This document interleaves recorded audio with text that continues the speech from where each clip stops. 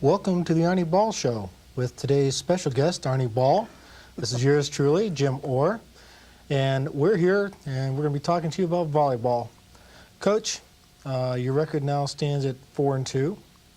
The same record as you've had at this time last year, 1991, 4-2. What are some of the differences between the 1992 team and the 1991 team at this point in time? Well, Jim, before I comment on that, I would like to thank the production people at Channel 6 for an opportunity to have this show and to showcase our men's volleyball team as well as the players and the program here at IPFW. And we look forward to many great shows, and hopefully they'll be entertaining for those folks who are watching. In regards to the question that you ask, our team this year has a great deal of youth on it.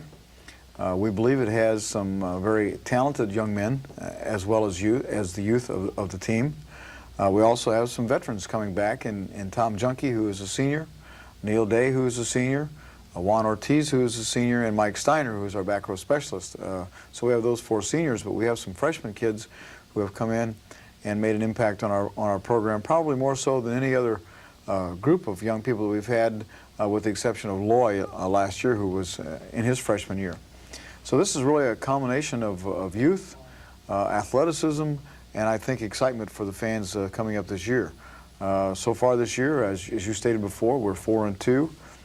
We've beaten Ball State twice, our old nemesis down to the south, and of course that's been a lot of fun. I enjoy any time we get a chance to beat the Cardinals. And we were out at Penn State University last weekend and had the good fortune of finishing second in that tournament, which is the highest finish we've ever had. We would like to, of course, won the tournament. Unfortunately, we did not. We lost to Rutgers in the finals. But in the semifinals, defeated Penn State, who will be our opponent here this weekend. And that's the first time that Penn State's not played in the finals of their tournament. So that's a real first for us and a pleasure. And we're on a roll with Penn State, having beaten them last year out at the NCAA tournament in Hawaii.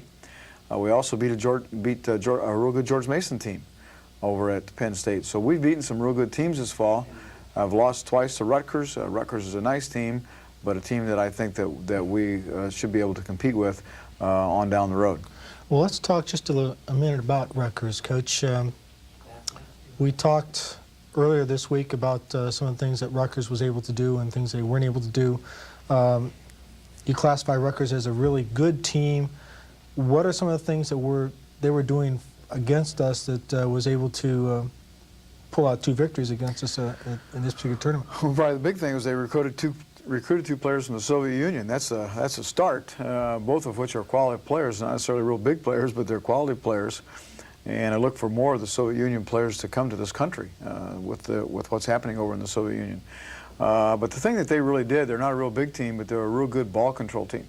They dug a lot of balls, and they transitioned those balls into attack positions. And they didn't attack the ball necessarily with a great deal of velocity, but they always kept the ball in play. And we had difficulty digging those balls or blocking those balls. They keep slicing and dicing, as we call it, through our block.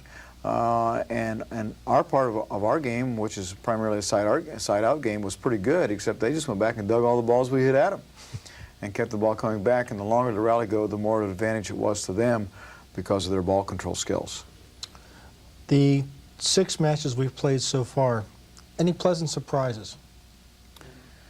Well, the fact that we're 4-2, I guess, is a pleasant surprise. The fact that we went down to Ball State back 2 weeks ago and beat them down at their place in the opening match so that we could go out to San Diego in the middle of February for the ASICS tournament is always a nice surprise.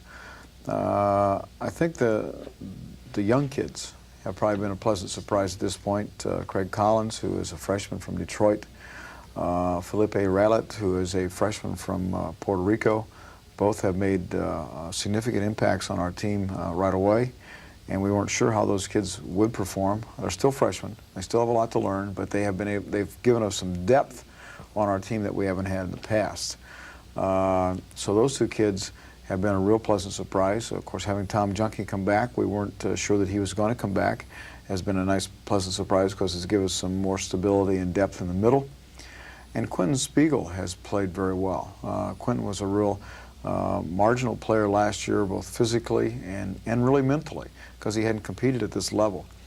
He went home this summer, spent a lot of time in the weight room, played a lot, and has come back with a real strong attitude and is much stronger, has the longest arms in the world, and therefore he's able to do some things at the net that some other kids can't do, and he's been a real pleasant surprise. And so those three kids I'm real pleased with.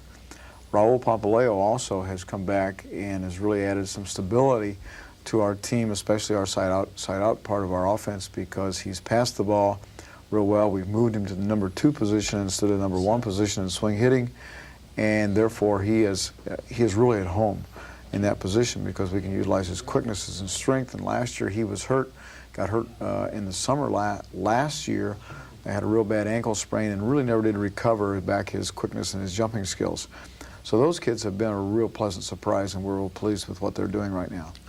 3 of the players that have jumped out at me with their statistics so far. First has got to be Norman Almodovar. He's, according to his stats right now, has done some pretty amazing things. He's got almost half as many kills with 104 as he had all last season. I mean, he's got half of them now. That's pretty amazing 6 games into this season. Is there a new emphasis on Norman's play, or is he just being much more effective? Well, first of all, Norman's a sophomore, and that makes a big difference. You know, I talked about Craig and Felipe earlier, and how they've helped us as freshmen, and Norman did the same thing last year. I mean, he came in and helped us as freshmen, but freshmen are still freshmen, and Norman has matured a great deal from last year to this year, and having been in the experience of the NCAA tournament and having played with Fred and Tony, you know, who are very experienced players, has allowed Norman to mature. Norman also plays a different role this year than he played last year. Last year, Norman played in the middle part of the time for us. He played on the swing hitter position part of the time for us.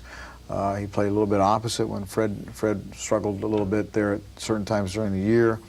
And Norman was just learning all the different positions. This year, we've got him playing opposite part of the time and swinging part of the time because of his passing skills. He still passes no matter which position he plays. Of course, the other thing is that we don't have Fred and Tony, and therefore somebody has to take up the offensive part of our game with Fred and Tony being gone, because they were our 2 leading attackers last year and both All-Americans. And that has fallen upon Norman's shoulders, and he has accepted that very well. The thing that Norman still has to learn is that he's got to play the entire match at a fairly high intensity level. Volleyball is difficult to play at a high intensity level all the time, just because of the length and the different rallies and the breaks in the game as such. But once Norman learns that, his statistics will even be better yet. His hitting percentage will be better yet. And the other thing is that Norman still hasn't figured out that he has to physically be able to play all those games for that length of period of time. He's still physically not strong enough and able to compete at that high level. But he's done a real nice job for us so far this year of adding some stability in the offense that we need with the loss of Fred and Tony. You were very excited about being able to bring Craig Collins into the IPFW family and fold earlier this spring. And after playing in 14 out of 24 games, he's 3rd in the team with 59 kills. That's pretty impressive stats for a good athlete. How good is Craig going to be? Well, if you as a fan, or Friday night when the game, Jim, all I can tell you is if Craig's in the game, put your football helmet on, because you have no idea where the ball may go. All you know is it's going to be hit really hard, and it's pretty flat, and it's hard to dig, so if you don't put your face or your head in front of it, you're not going to get it. Because right now that's just what he does. He just goes up and wails on the ball. Fortunately for us, he played pretty well over at Penn State, and when he got on a roll, we just left him in the game and let him play. Now, he had some downtime against Rutgers, and so we had to take him out and put Larry Folgeri in, who went in and did a nice job for us as well. Craig is really an outstanding athlete. But he's, once again, he's a freshman, and he's a beanpole. He's about 6'5", and I'll bet he doesn't weigh over 160 pounds. I mean, just all arms and legs, and there's not much to him, but he's a really, really good athlete, and he understands athletic endeavors and athletic movements, athletic needs. You know, some kids are athletes and some kids are players. Craig is an athlete that's going to learn to be a player, and once that happens, he's just unlimited of what he might be able to do. He's also very coachable. I mean, he's a freshman, therefore he gets yelled at, just like everybody else gets yelled at, but probably a little more. And he's taken that very well. He wants to learn, he wants to be better, and he's very coachable. And therefore, I think Craig has the potential to be a very outstanding volleyball player here at IPFW. Raul Papaleo has got to be all that you've expected, at least to this point in the season. The athlete we expected 2 years ago, as you mentioned, he was injured last year. But now, again, after 6 games, he's got almost as many, well, he's got 50% of the kills he had all of last year. Now, I'm sure the injury had a lot to do with that. But is he feeling more comfortable with the system and his responsibility and roles? Last year, Raul was put into a position where he had to pass for us on a regular basis, just like he does this year. But we were forced because of Tony being here and Tony being such a strong combination hitter and quick hitter that we ended up putting Raul on the left side, which means that Raul has to go out. If we don't pass the ball very well, Raul has to go out and bang against the big blockers, 1 against 2, he against 2 blockers. Raul's not big enough to do that. He's a good jumper, but he's only about 6 foot 5'11" at the maximum, and he's just not big enough to go out there and stick the ball against those 2 big blockers. So as I alluded to earlier, what we have done is moved him to the number 2 position, swing hitting position, which is where Tony played last year. And then it gives him an opportunity to use his quickness. And with the good middles that we have when we pass the ball and the combinations, now Raul is able to slice and dice, as we call it. He can go to the pin, to the right or to the left. He can drive to the middle, but he comes. It's like a peekaboo type effect. He's behind the middle attacker. Next thing you know, there he is, and the blockers are following the middle attacker, and Raul's 1 on none. This past weekend, Raul hit 1 on none or 1 on 1 a great deal of the time, and that's because we've been able to move him to that second position rather than being the primary passing position. He's very comfortable there. He likes it there. It's the same position that Bob Stavertlik plays on the national team, and it's a very comfortable position for him, and it's one where he doesn't have to go out and challenge the block day in and day out, which makes him a great deal more successful offensively. And as we alluded to before, with Fred and Tony gone, somebody has to pick up the offense. Raul and Norman are those kinds of people that have to do that. We're real excited about talking with you about the volleyball players. Let's take just a break. We'll get into IPFW Sports Break with Alan Banks, and we'll be back talk more volleyball in just a minute.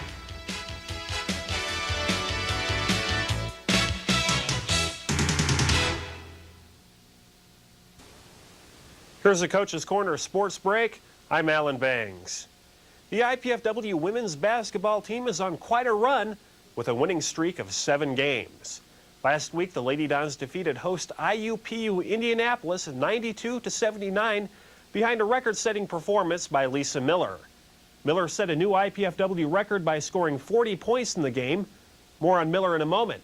Last Saturday, IPFW defeated Great Lakes Valley Conference rival Ashland 91-72.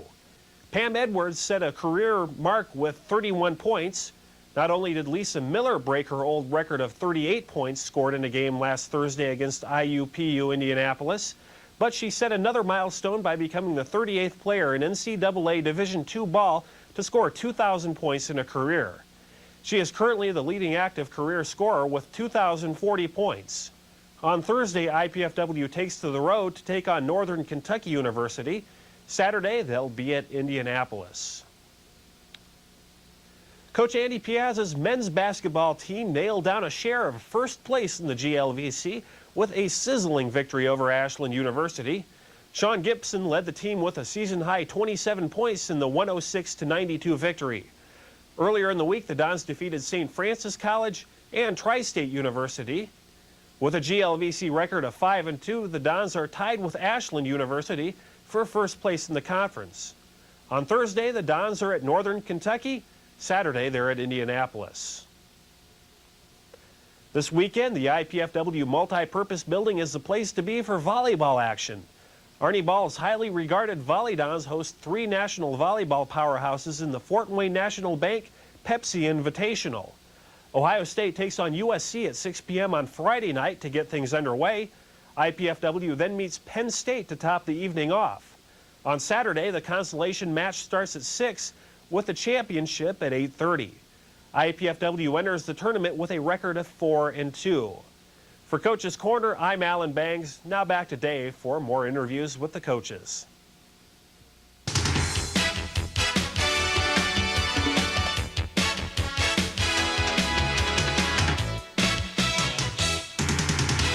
Welcome back to the Arnie Ball Show. Coach, we just finished talking about some of the big hitters. And now I think we would be remiss if we didn't spend some time talking about the person who gets the ball to the big hitters. There's got to be, we hope, a big change in Loy from the new kid on the block, so to speak, last year and coming in with the system and everybody expecting great things out of him and immediate changes and so forth, a lot of pressure on him as a young player. What kind of changes has there been in Loy from the freshman to the sophomore? Well, physically, there's been a big change. He's put on about 25 pounds.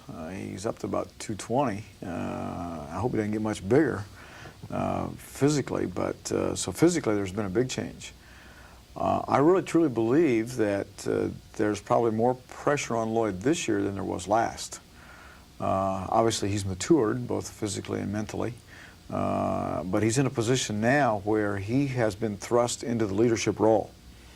Last year we had Fred and Tony. I keep going back to Fred and Tony, but Fred and Tony were real key individuals in our obviously in our team last year because they provided that senior leadership. This year, and Lloyd just kind of was there, did his thing, set the team, ran the offense as I told him to run it, gave the ball to Fred and Tony, and we went on. This year, without Fred and Tony being there, and of course those two positions being real critical in the offense, Lloyd's had to accept the responsibility of the team leadership. Total team leadership. And I think there's more pressure from that perspective than there was even last year as a freshman. Now as a player he's gotten better just because he's gotten stronger. Obviously he's a little more intelligent about the game, having spent the summer with the World University Games team and learning more in regards to volleyball itself. Having been with me an extra 6 months to 8 months, and gives him a better understanding of what I want out of him and that kind of thing. But I really believe that as far as pressure is concerned, and I believe pressure is self-imposed, but that some of that self-imposed pressure in regards to him is greater this year than it was last. I know that he has had some frustrations already this year because when he sets what we call a blue ball, or the ball to the back row where Fred used to jump up and snag it all the time, that part of the time now it goes off the brick walls at the back of the gym. And, and he turns around and wants to know why it's going off the brick wall and not down into the court. Well, it's because we have young people back there, and that's a frustration that he's going to have to overcome and that he's going to have to work with to get our young people to the point where they're consistent like Fred was. But he's handled it really well. He's handled it well, the fact that he and I are dad and son, because sometimes the players think that he has all the insights to everything that goes on, and he's not privy to any more information than anybody else. And he's handled that part pretty well. But obviously, we truly believe that he and Raul are the real keys to our team.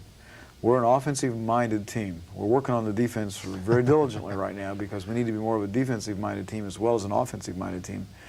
But he and Raul are the real key to the solidity of our team if we're going to side out consistently and turn balls and be able to score off transition defense. He and Raul have got to take the lead roles. Two of your players, Chad and Norman, were out for a couple points, a couple games at the Penn State Invitational. Injuries?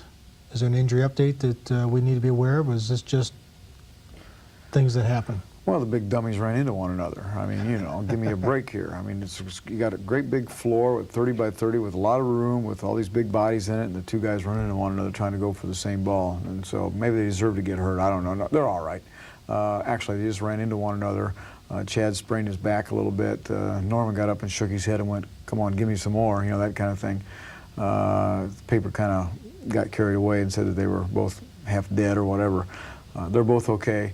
As far as our team is concerned, we're really pretty tired.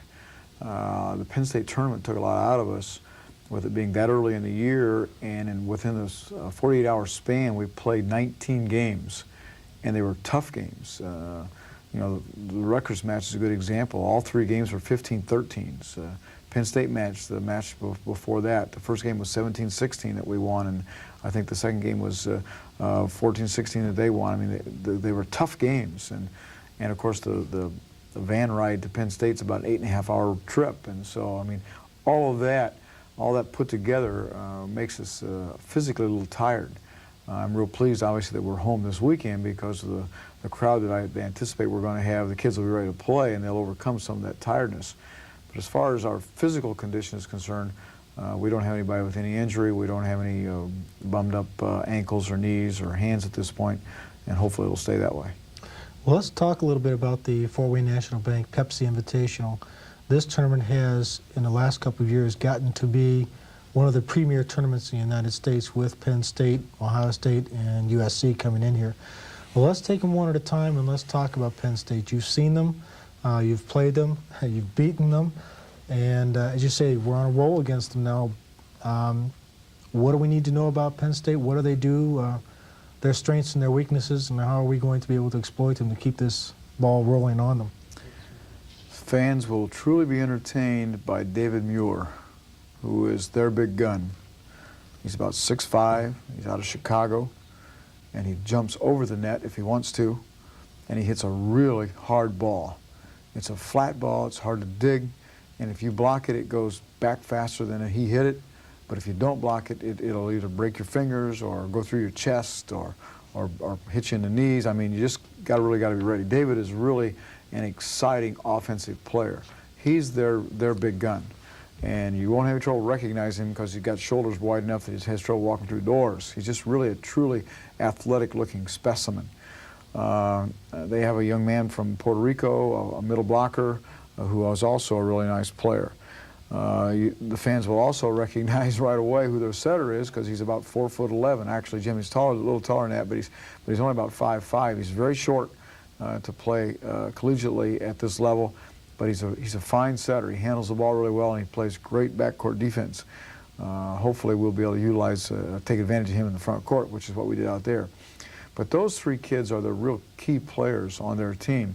They have an outside player that from the Virgin Islands who has supposedly played real well, but did not play well against us. So I'm not sure, you know, where he fits into what their offensive scheme is. But we know that those 2 kids will see a lot of balls. We know that David will get the ball in the crunch time, and we will try and stop him. We'll try and load up on him. Now, we know we can't stop him totally, but we know if we control him and control their middle people, whether we have a good opportunity to be successful.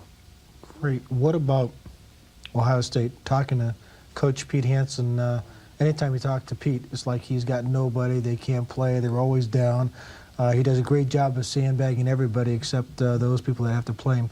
You've seen Ohio State play out at Penn State. Are they as bad as Coach Hansen would like us to believe? Key word in your discussion is sandbagger. Hansen's a sandbagger big time, but all coaches are sandbaggers. We know we all do like to cry a little bit and get a little sympathy from everybody.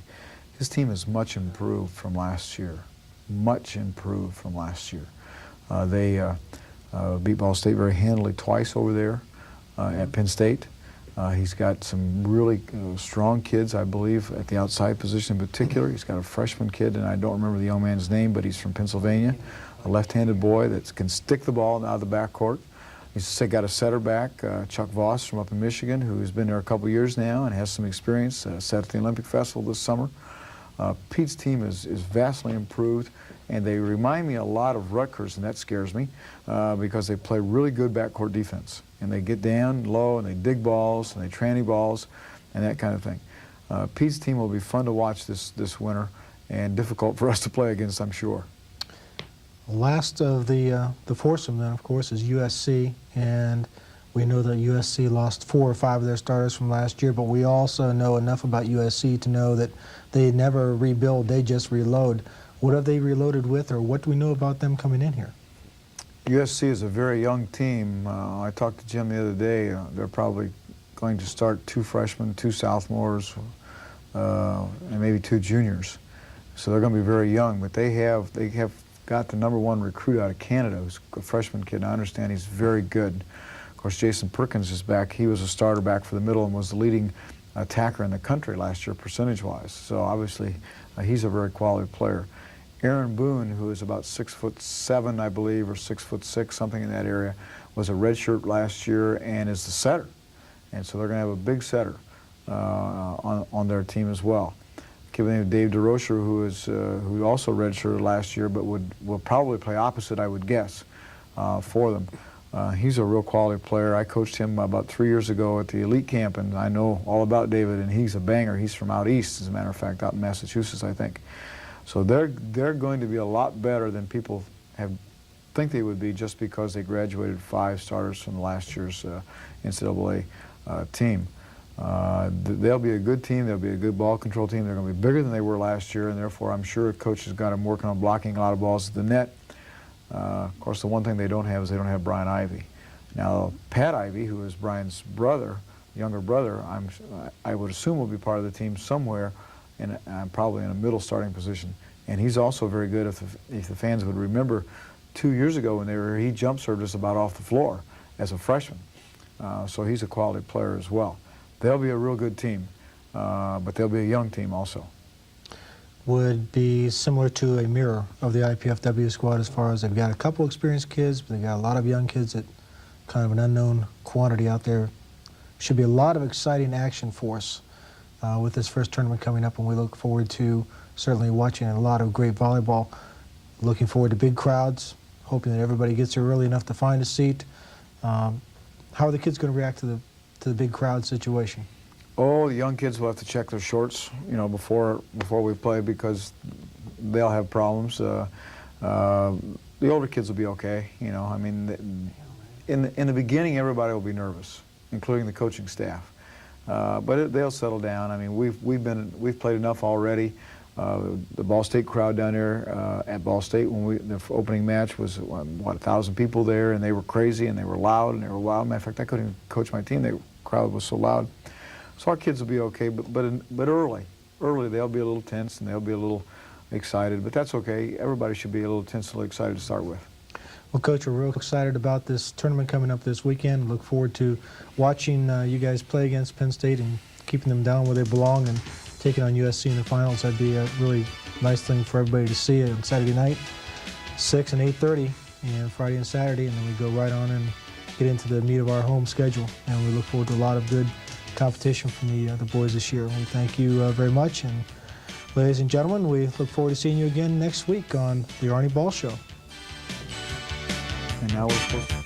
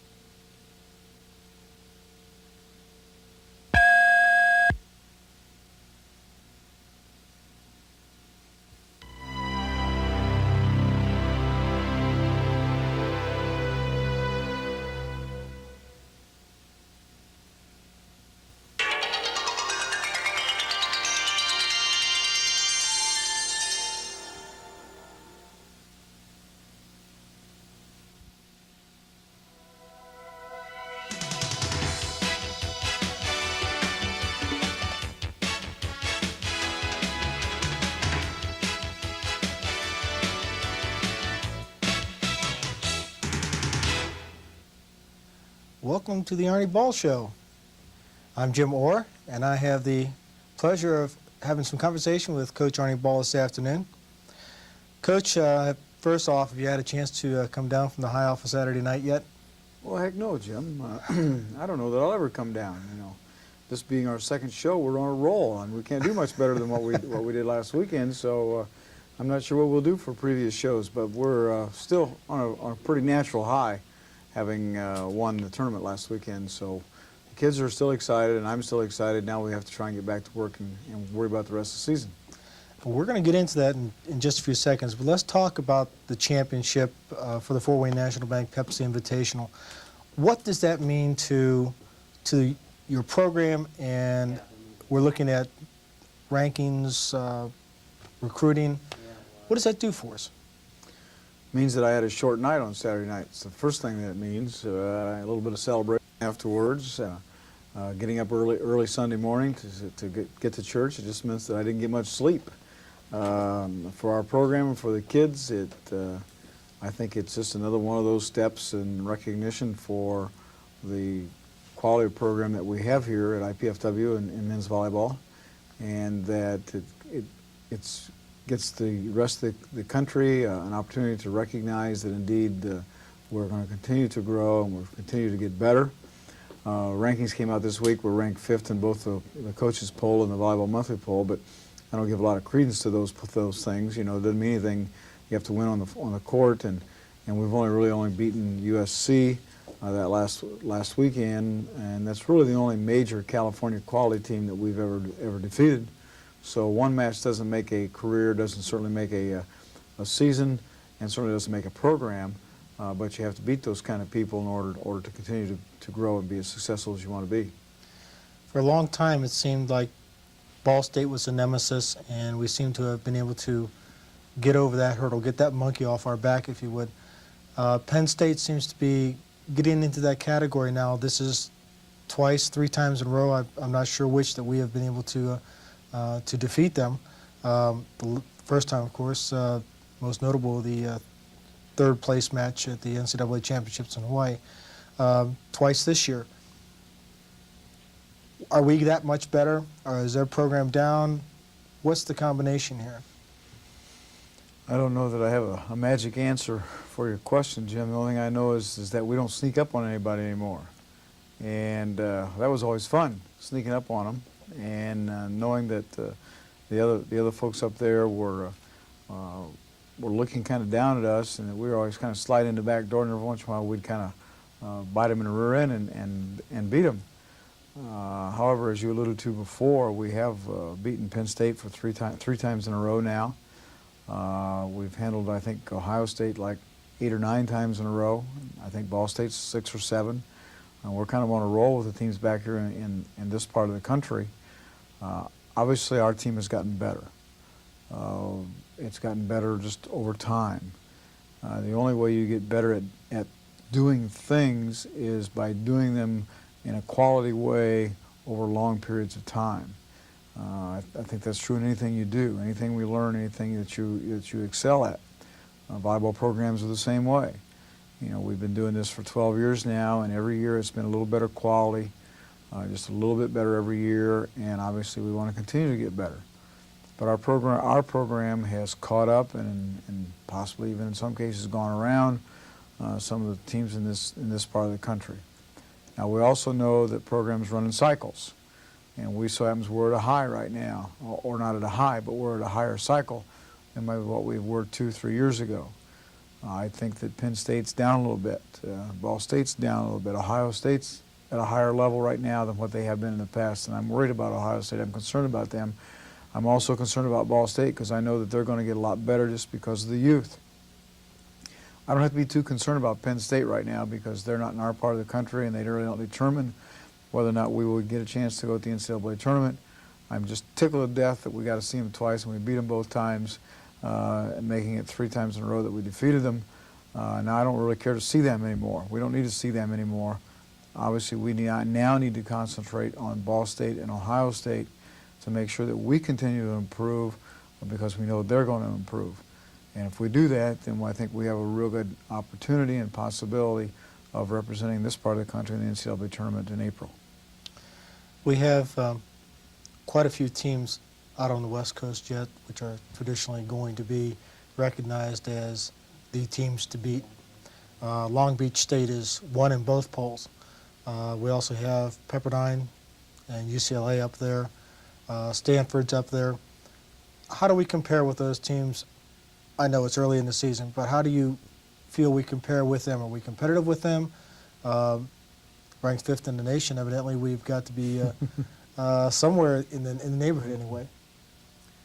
It's really a difficult thing to tell this early, as you alluded to. We will see Long Beach in 2 weeks out at the ASICS Tiger Tournament in San Diego. They are not in our pool. They're in a different pool, but at least we'll get to see them play. And then at the end of the round robin, they cross pools, so there's a possibility that we may even get a chance to play them. Of course, I know their personnel very well. I coached a couple of those kids this summer at the World University Games, and Hilliard was a starter on our national team that finished third at the World Cup. I mean, he's just an outstanding player. So we know they're going to be very strong. We're younger than they are, and I don't know whether youth means a whole lot at this point in the season or not, but certainly in the pressure situations, it does mean a great deal. So Long Beach is obviously a very quality team and probably stacks up a little better than us, I would guess. Pepperdine has a young man from Israel, I understand, who's an outstanding player who's new to their program. Of course, they have Tom Sorensen, who also started on our World University Games team at opposite, who's an outstanding player from Wisconsin. And they picked up a kid by the name of Chip McCaw from the Kansas City area, who's our starting setter. I understand they're playing very well. I think physically we match up with any of those teams, just physically, with pure physical abilities. It's difficult for me to assess the volleyball part until I really get a chance to see them play. I know about UCLA. I've coached at least 3 of their starters at one time or another. Mike Seeley, who's a big setter. They have a big kid named Kelly in the middle. They have a young man by the name of Dwayne Cameron on the outside who's a passer. And size-wise, they're probably a little bigger than we are. Athletically, I think we match up with them also.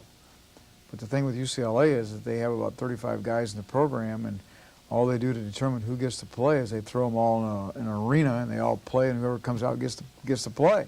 And I think that sometimes is an advantage for Coach Skates out there, because you obviously end up with kids who can play and are real competitive. Stanford has a real nice setter. Once again, was in the World University Games team with us this summer, so I know him. And they have a kid by the name of Duncan Blackman, who played for me at the Olympic Festival in Minnesota 2 years ago, who's a really good passer and can stick the ball. David Goss, who's a real good stick. I haven't seen him play for a while, but I understand he's playing real well. I would think of those 4 teams that we would match up with Stanford maybe better than any of the other 3.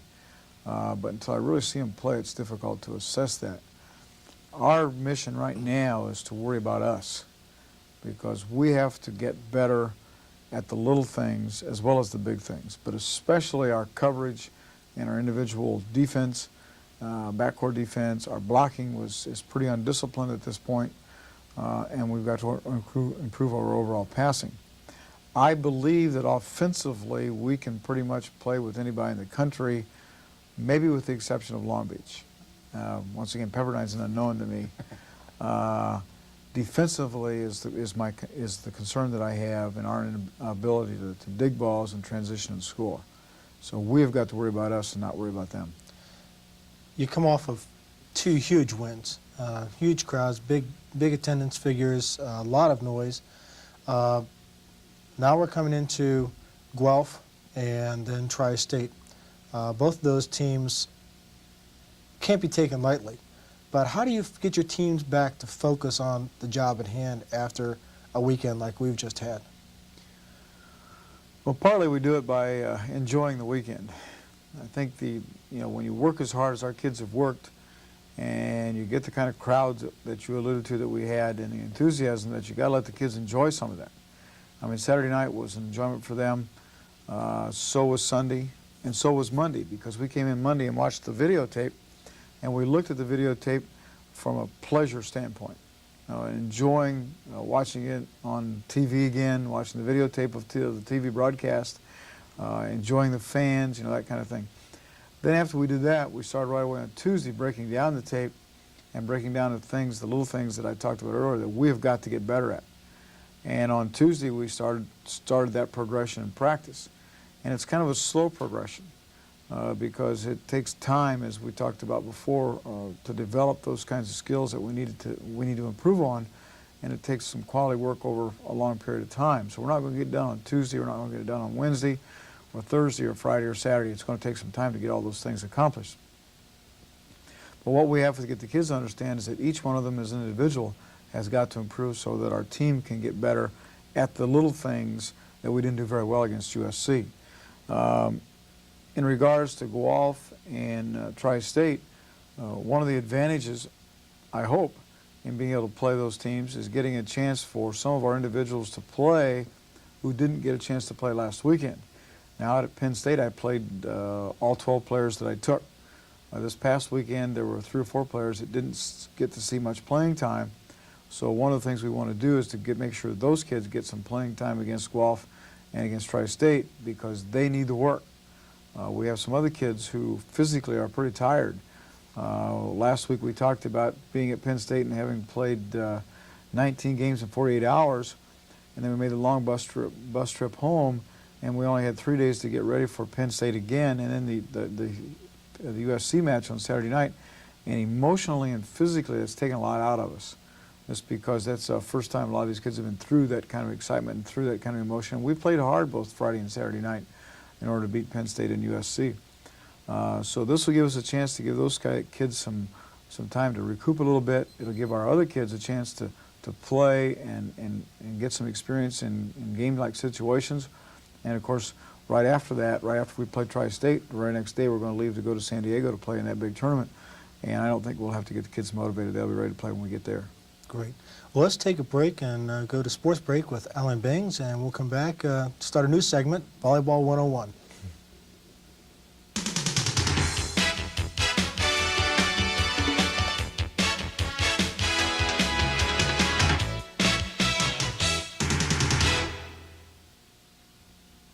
Here's a Channel 6 Sports Report.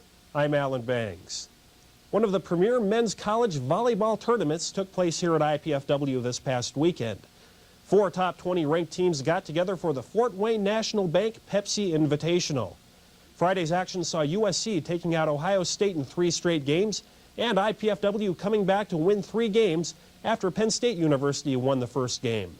Saturday's championship match pitted 10th-ranked IPFW against 4th-ranked USC. Last season, USC beat IPFW twice. Would it be any different this time? You bet it would. IPFW sent USC back to the West Coast with a loss in 3 straight, 15-7, 15-12, and 16-14. IPFW's Loy Ball was named tournament MVP. This week's rankings find IPFW sitting at the 5th spot. That's the highest any Midwestern team has been ranked that high. As a matter of fact, it's the 2nd highest any team east of California has been ranked. In 1988, Penn State was number 1. This is also the highest a Division II team has ever been ranked. IPFW takes on a team from Guelph, Canada this Friday at the Multi-Purpose Center.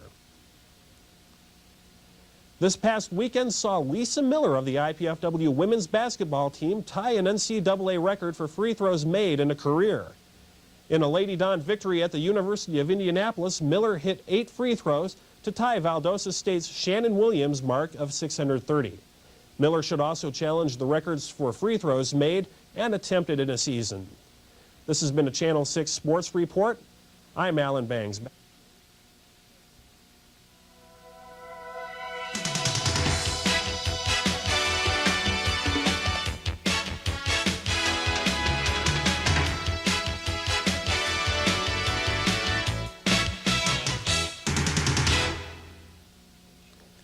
Welcome back to the Arnie Ball Show. We've got a new segment for you to try out this Volleyball 101.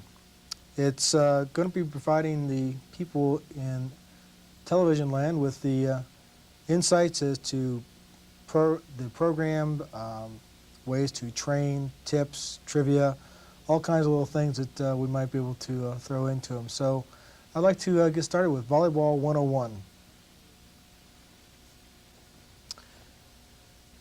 First thing, Coach, we're starting with a brand new program. Go back 1 or 2 years. You're rookie coach. Where do you begin? Do you start with a system or do you start with players? And let's answer that one, then we'll go on with the second part of the question for today. Well, let's see. We got to start with a new program. We got to start with bodies, Jim. Just some kind of body that can walk into the court or walk onto the floor, not fall down. You know, tie his own shoes or her own shoes, and that's exactly how I started the program 12 years ago. We recruited bodies off the street. I actually started with 3 players who had played with me in high school, for me in high school out here at IPFW. So I guess the first thing we'd have to look for is 2 or 3 players that have some interest in playing volleyball, whether it be male or female, doesn't make any difference.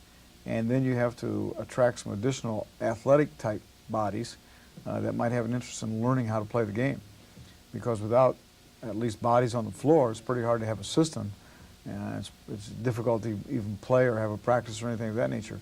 When I first started this program out here, we would have sometimes 6, 8, 10 maximum players in the practice. We never were able to scrimmage full bore. I always had to play with them or do something with them in that regard.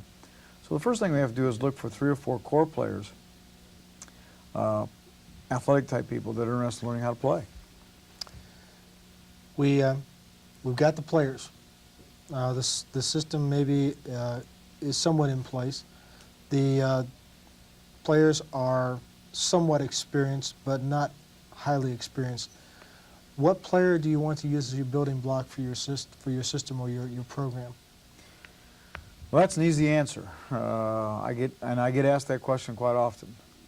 But one of the things we have done in this country that's hurt volleyball is that we have not taken the best, biggest athletic individual and made them the setter. That's true throughout men's and women's volleyball play.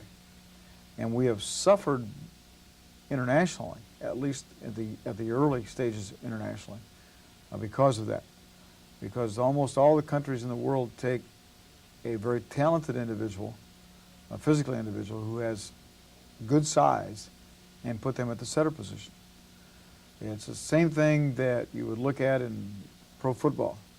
You take the quarterback's the most important position on the offense for the football team. But if you take a big quarterback who can see over the big charging lineman and can see downfield, can see the receivers as they change their patterns or whatever, you usually are much more successful than the shorter quarterback who indeed has to try and look through, around, or in some way or another in order to find his targets or see what's developing. Of course, in volleyball, which is extremely unique from almost any other sport we play, you have to have a specific position to play 6 different times. Not just one time, not just 2 times, but 6 different times on offense and 6 different times on defense. So you actually have to learn to play 12 positions in volleyball.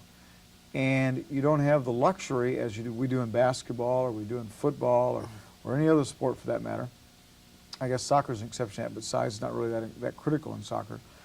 Tall size I'm talking about now. But in men's volleyball, you're only allowed to substitute in 1 time. So if you go in the game and come back out, you're done. You can't go back in. So if you don't have a big setter today, why the other team takes advantage of you at the net with your short blockers, short setter, and especially where the setter plays on the right side, everybody just attacks over the top of them.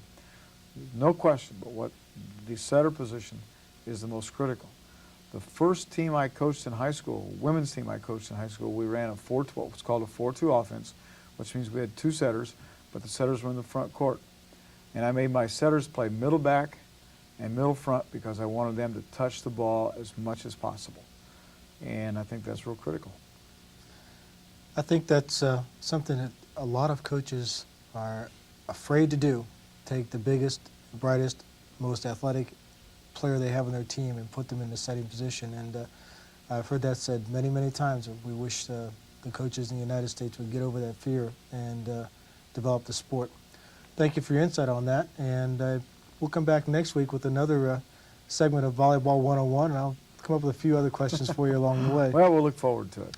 If anybody out there has got questions they'd like to send in to us, well, they certainly can send it to Channel 6 here, and we'll see if we can't work them on the program for them. Well, let's finish up talking about a couple of your players. A couple of my personal favorites as far as their attitude and their excitement. I think Neil Day is probably one of the most exciting players that we've had at IPFW in a long time. Not only is he exciting, but he is excited. He provides a whole new dimension to the game when he's in there.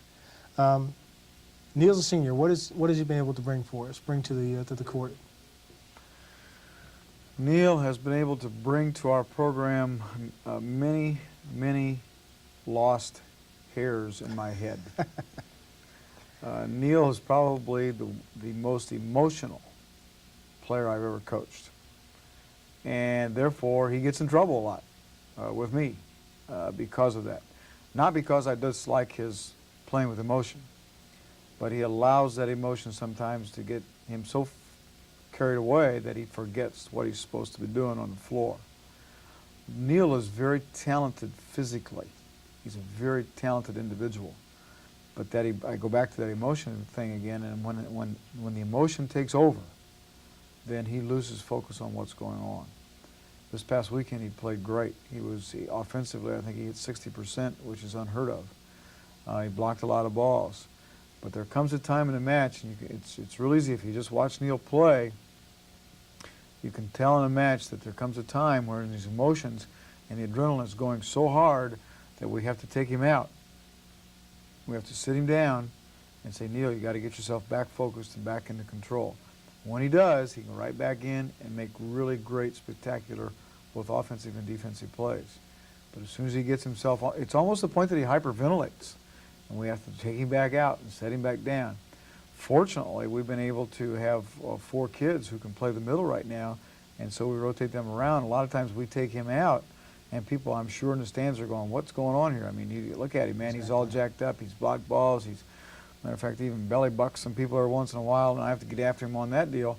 But he really loses focus, and he also, with all that energy, sometimes gets our other kids out of focus as well. But he has come here as a great blocker, and he still continues to be a great blocker. He came from East Strasburg as a transfer student and was a great blocker there, and continues to be a great blocker, and has really added a great deal of dimension to our blocking systems as well as to our emotional system.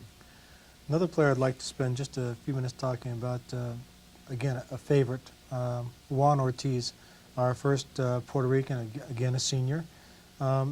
Doesn't see a whole lot of playing time, but he does provide us, at least from the fan standpoint, some stability. Where does Juan fit into our scheme of things?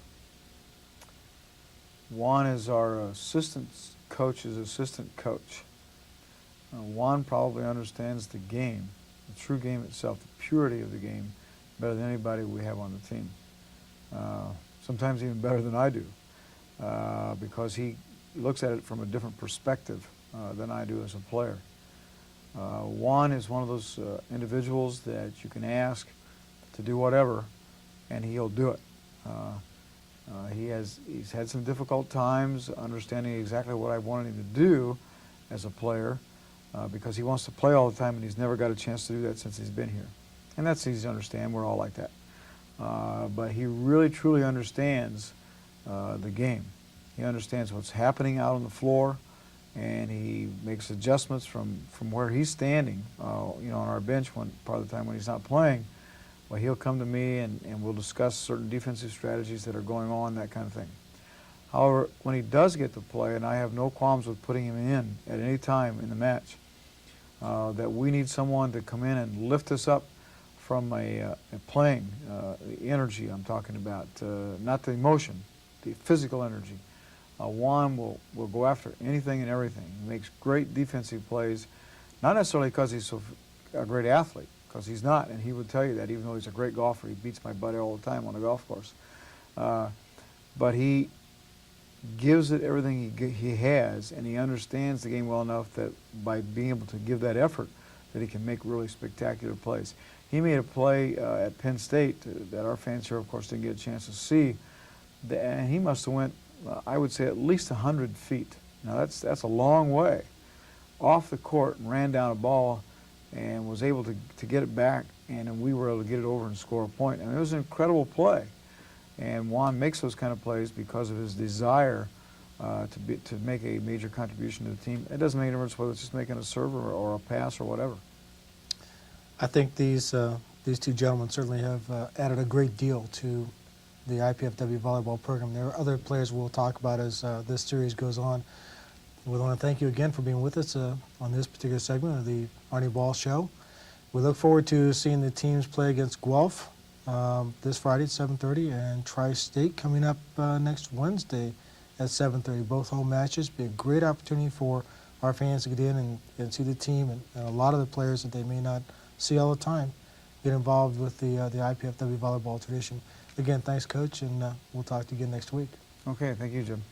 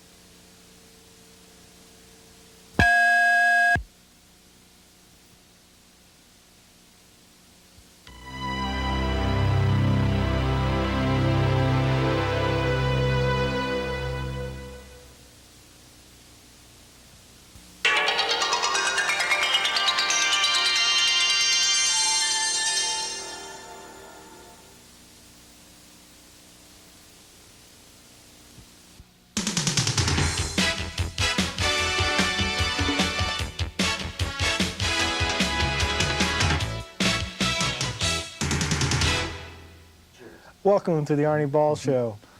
Coach, we got to talk a little bit about the team from Canada.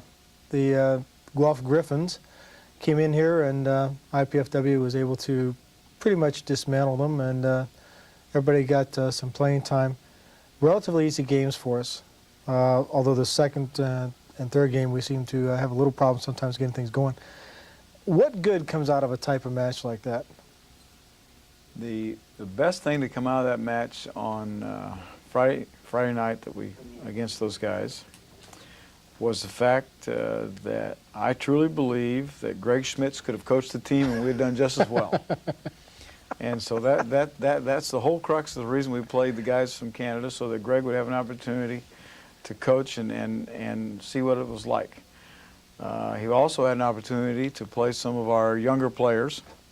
And I thought he did a masterful job of getting those guys in there, especially the second game where we got ahead, and he put in the young players, and then we struggled back to 13-all, and he never panicked.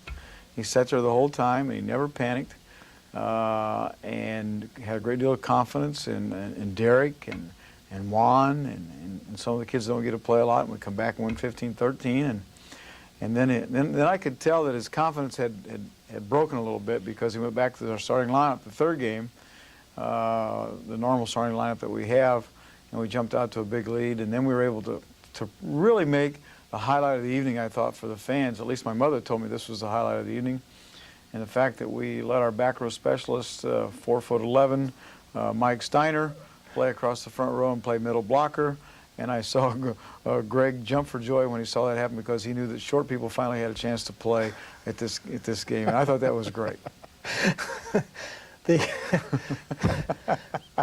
Everybody at the scorers table was certainly hitting the panic button when it was 13-13, and we were starting to question Greg's calls. But towards the end of the evening, we realized that he understood the nature of the beast.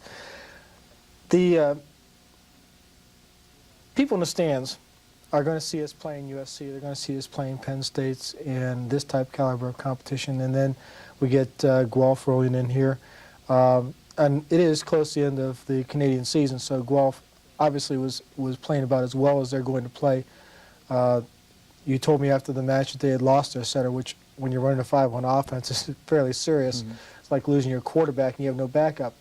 What about Tri-State now coming in? It's early in their season. They're 1-3. What are we going to be able to look for in this match, and how do you keep your kids focused on that particular team? Well, let me digress just a second, Jim, back to Guelph, because I did tell you that indeed they did lose their setter to grades.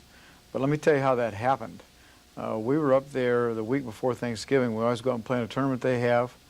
And so I told Mark Franke, who's one of our assistant coaches, to get a hold of the setter from the Guelph team.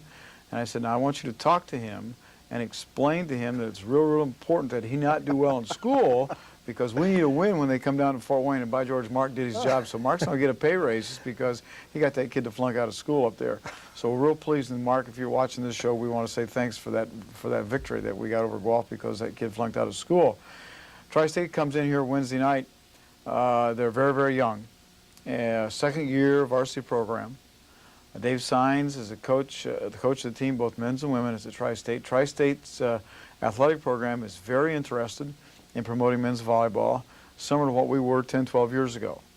And so when Dave and the AD up there got the program started, I told them that I would do anything I could to help them.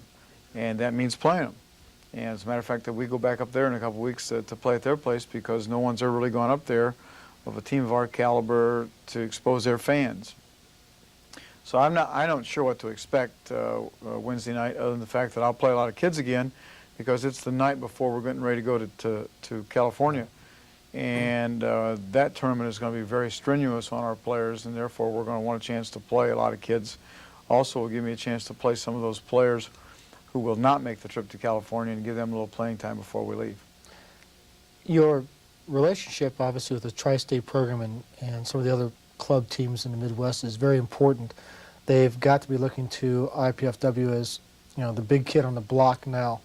Do you feel an obligation to these smaller club teams and the new varsity teams within the Midwest to go there and play them and help develop their programs and the sport in the Midwest, or do we develop an attitude like they have in some areas of the country where, I'm here and if you want to play me, you come on out and I really don't need you? Well, first of all, it's real critical to men's volleyball that we grow. NCAA is looking at cost containment. Programs are looking at cost containment. They're not looking at expansion. Right now, men's volleyball is fairly safe, but yet it needs to grow. And there are many, many young high school players out there who are looking for places to go, such as the Tri-States and other schools. So I believe because of how we got started and how this program here began, that we owe those schools that are looking to start programs, not necessarily not obligated to them, but we certainly owe to them an opportunity to be exposed to where we have grown to. I truly believe that we are a role model for programs today. Ball State was a role model 25 years ago when I played.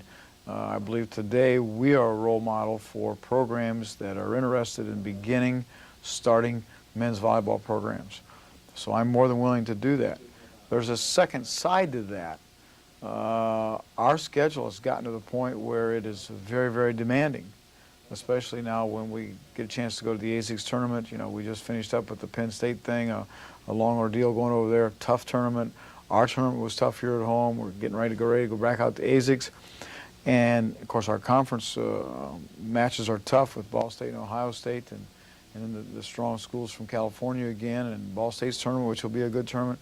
So we need some opportunities in there to not only help new programs showcase what they're wanting to do and what they're wanting to see and their fans wanting to see, but we also need an opportunity in there to play other people, our young people, and give our starters and the people that play a great deal some time, some downtime to catch their breath, you might say.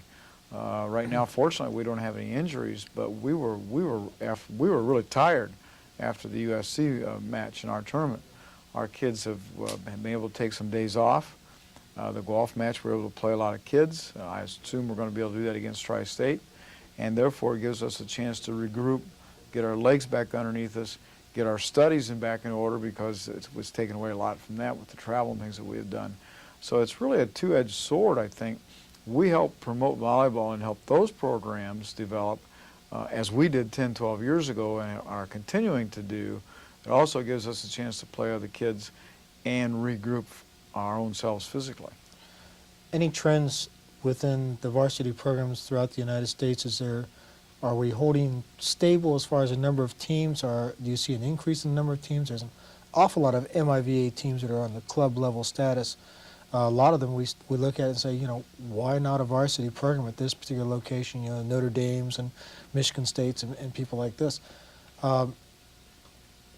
Is volleyball growing in the Midwest, or are we kind of in a holding pattern? I think 5 years ago we were kind of worried about the direction of it. Ohio State was worried about whether or not they're even have a program.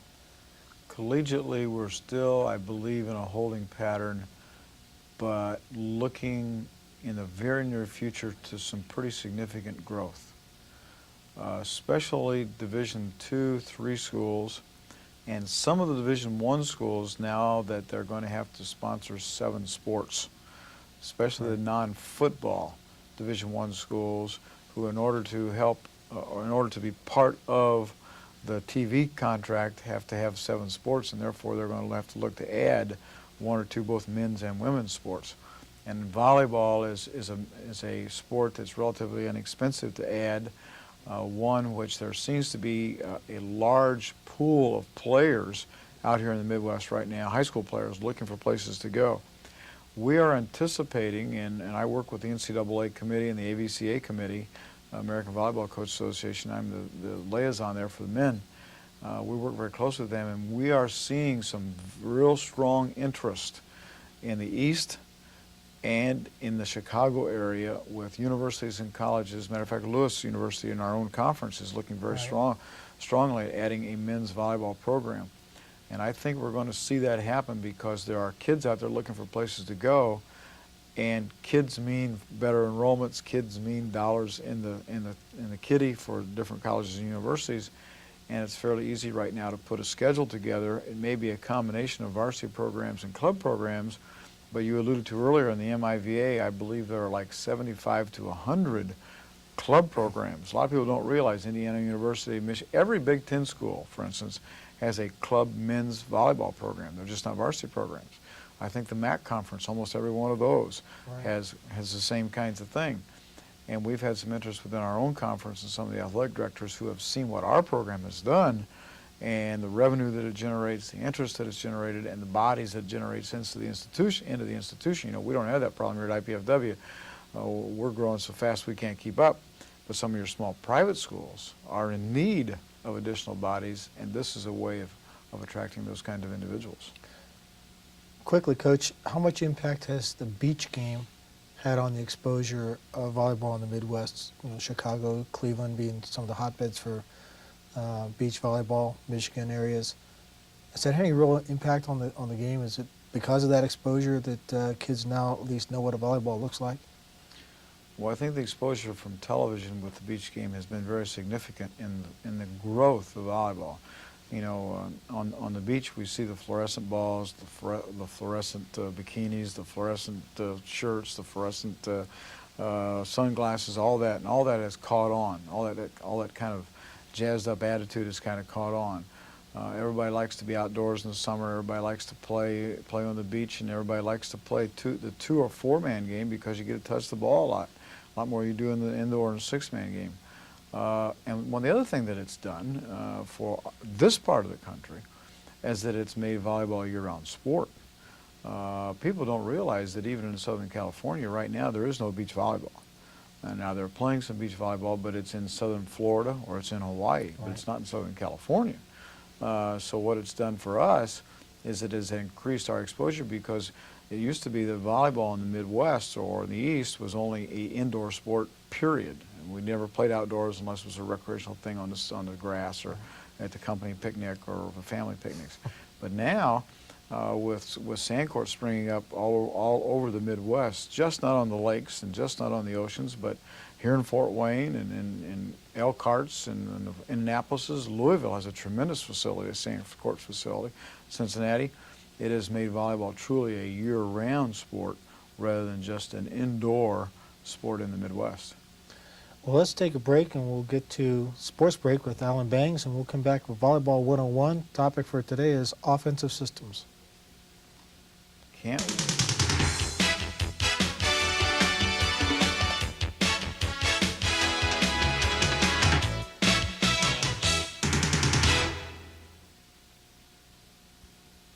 Here's an IPFW Sports Break.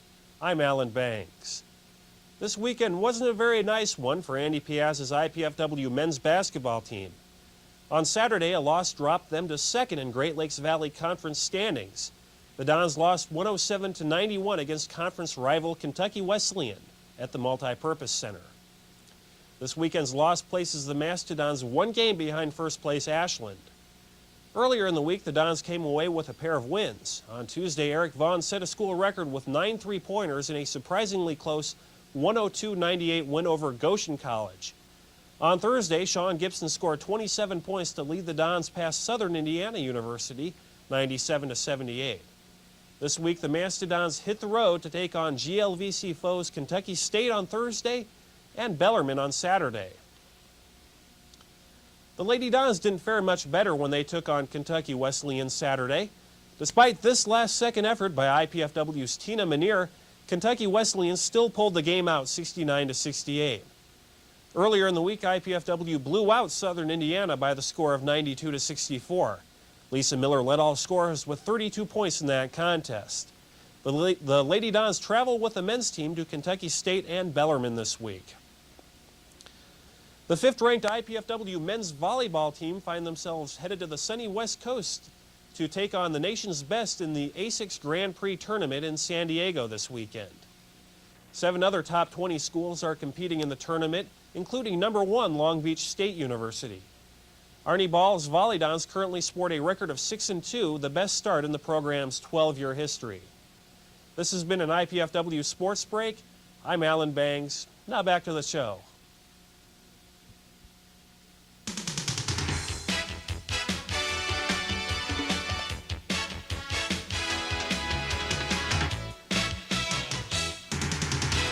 Welcome back.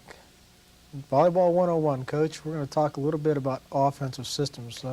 Last week we talked about the development of a program, where to start, where to begin. This week, let's talk about offensive systems. You've got a couple of kids in your team, 2 or 3 kids that have got decent hands, would like to set the ball.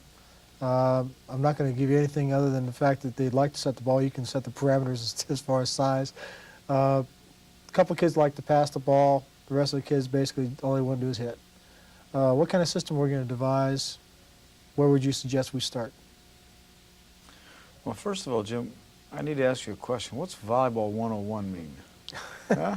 Basic volleyball. Oh, basic volleyball. So okay, and that gives me an idea of what we're supposed to talk about here. Systems are developed around personnel. Too often, coaches, I believe, take their personnel and try and make a system. They have a system and they make their personnel fit to it, no matter what.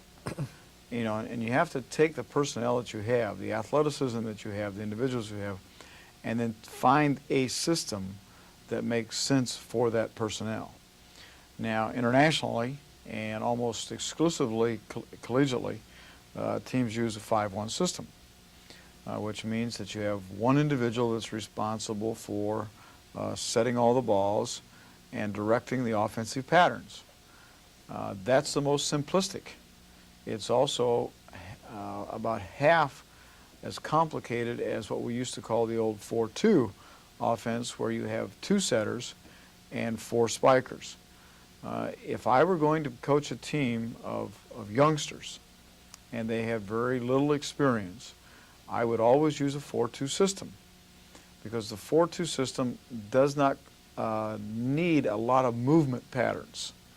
The 5-1 system needs twice as much movement patterns as the 4-2. What we call the 6-2 system, which means that you have 6 hitters and 2 setters, and as soon as I say that, people are going, oh, wait a minute, wait, you're only 6 people who play. How can you have 8 players? Well, the 2 people who are setters are also hitters when they're in the front row, but that requires double the amount of movement, because there's always movement from front court to back court. I've always been a firm believer that we use the KISS method in offensive systems. Keep it simple, stupid, because the simpler you keep it, the easier it is to execute. And let's face it, if you don't execute, it doesn't make a difference how talented you are, how good of players you are, or how great a coach you are, you're still not going to be able to be successful. So we go back to your question. The 5-1 system is the most popular system in the country right now, matter of fact in the world right now, because it's just like the football team or the basketball team. You have one individual who runs the team instead of 2 individuals, and sometimes the players forget which one of those 2 individuals is running the team.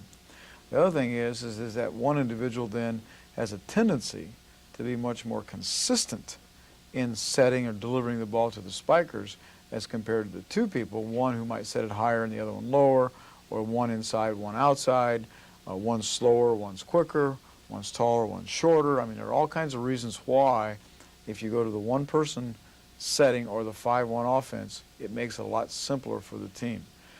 As I said before, the only difference would be that if I were to work with a real young team, and when I first started coaching, and I coached high school girls, I always ran a 4-2, because traditionally the setters are the kids that handle or set the ball the best. And the ball traditionally at the younger age level is always put in the middle of the court, because you put it in the middle of the court, it doesn't have a chance of going out of bounds. And therefore, when you put your setters, one in the middle back and one in the middle front, they get to handle the ball the most. And you want those kids to handle the ball the most. But internationally today, and collegiately today, and it's even beginning to filter down into high schools today, the 5-1 system with the 1 setter is the real key system that people are using. Great. So that's what we'll be looking for in our development programs. Let's get back into the coaching mode. We're looking at the ASICS tournament.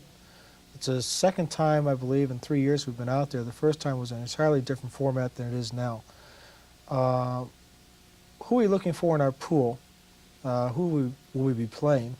And then what about the other pools as far as who we might be looking for if we are lucky enough to get into the 1 or 2 top spots? Well, we feel very fortunate to have an opportunity to go to San Diego and play in the ASICS tournament. ASICS Tiger sponsors this tournament, pays for the majority of our expenses for our team to go, and there are 8 teams there, 8 really quality teams. I don't know all the rankings. Rankings come out today, and so I don't know exactly where everybody's at. But in our pool is Santa Barbara, Loyola Marymount, and San Diego State. Would appear, just looking at records and scores, that Santa Barbara would be the toughest of the 3. They lost the other night to Long Beach State, which is ranked number 1 in the country, in a 5-game match. So, and I understand it was at Long Beach. I didn't think Santa Barbara would be quite that strong, but I understand that they played real well. And that's who we play first, right off the bat at 12:30 on Friday. I think that's okay. I don't know much about them. I know they have one really nice outside hitter on that. I don't know a heck of a lot about them, but it won't take us long to find out once we start playing it on Friday. We know that Loyola and San Diego State are both right now struggling, but I don't know much about their personnel. San Diego State, the fans I remember was in here last year. We beat them, we thumped on them the first game that we played them here in our tournament, and then turned around and got beat by them. But they graduated a lot of players, and their starting setter transferred to USC, so they're a very young team. Loyola is a team that in the past has been pretty decent, But Sio Sapaia, who is a kid who played for me at the Olympic Festival in 1987, has graduated, thank goodness. And so I think they're going to be a real young team. I believe our pool is wide open, and we should have, if we go out and play like we have been playing, that we should be very, very competitive. The other pool is a little bit stronger, I believe. It has Northridge with a player by the name of Coley Kyman, who also has played for me and is just an outstanding player. Northridge, who the fans may remember, has been to Ball State a couple times. 2 years ago we beat them in the finals of the tournament. Last year they beat us in 5. And they're obviously a real nice team. We also have in that pool Hawaii. Hawaii's very young, I understand very big, but very competitive. And then Long Beach is in there, and they're the gun. They're number 1 in the country right now. Rutgers is also in that pool. And Rutgers is a team who's beaten us twice, the only team who's beaten us twice. What they do is play round robin in your own pool, and then they'll cross bracket them depending on how you finish. So we're going to play a minimum of 6 matches, depending on how long they go. Let's say they all went 4 games. We could play 24 games in 3 days. If they all just go 3, we play 18 games in 3 days. If they happen to all go 5, we'll be dead by the time we get done, and so will everybody else. But it's really a nice tournament. It's held at San Diego State. ASICS does a really nice job putting it on, and it'll be a real nice opportunity for us to go out and play quality teams in San Diego, and get an opportunity to also play some kids who haven't gotten a chance to play against that kind of competition. That particular tournament could end up, as you say, being a war, and then coming back and you have 3 nights of volleyball again. Relatively 2 nights after you get off the plane, you're out here playing again. Conditioning has got to be a major factor. Yeah, I look at that and I go, I wonder why my wife scheduled that like that. You know, my wife does all the scheduling, and I'm going to have to get upset with her in regards to that. I put the schedule together, and I guess I didn't really realize we had the possibility of that being that close together. We do come back. I believe we play on Friday against University of Wisconsin-Milwaukee here at home. They're a program that's getting better. I don't think they're a major challenge to us, but as soon as I say that, they'll beat us. Of course, then we play Ohio State on the 22nd, and that one will be a great match. Right. Because Pete's team is much improved, and then we're going to play Buffalo on Sunday afternoon. Then we're going to take some time off and relax a little bit before we take spring break and go back to California again. I was going to say, after those 2 weeks, you're going to need some new legs or some body bags, because the guys certainly will have plenty of opportunity to get some playing time in. We've got Tri-State coming up on Wednesday night. Look forward again to a lot of players playing. It should be a real exciting match for our fans to come out again, see these young players get a lot of playing time, and we wish you all the best out in San Diego. Obviously, a safe flight and a safe return trip home, because we can't wait to have Mastodons come back home again and get this thing cranked up. There's a lot of excitement around this program, and we're just very happy to be a part of it. Well, Jim, the most important thing is that you're going to wish us luck. Make it quit raining out there in Southern California until we get done, and then it can start raining again. Well, for us that are sitting around here in the cold and the wet, I'm not going to feel real sorry for you, Coach. Have a safe trip and come back with a trophy. Thanks, Jim. Thanks for being with us, and we'll see you again next week for the Arnie Ball Show.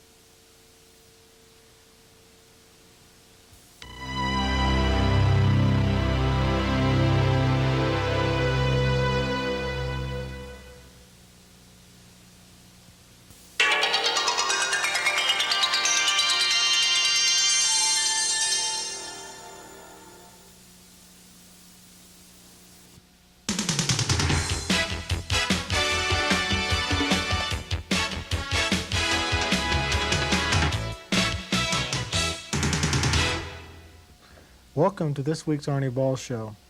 Coach, you've just gotten back from a long trip to California. Let's spend a little bit of time talking about the matches we had out there. The first part of the A6 Grand Prix, 3-day format. We started out with Loyola Marymount, I believe. Is that who we started with, or did we start out with Santa Barbara? We started off with Santa Barbara, Jim, but we need to digress back just a couple seconds, or actually about a day before we started playing Santa Barbara. Because I really want to personally thank Greg again for his contribution to our team for this week. I mean, last week I thanked him, and he did a great job for us. He even did a better job this week serving as our travel agent.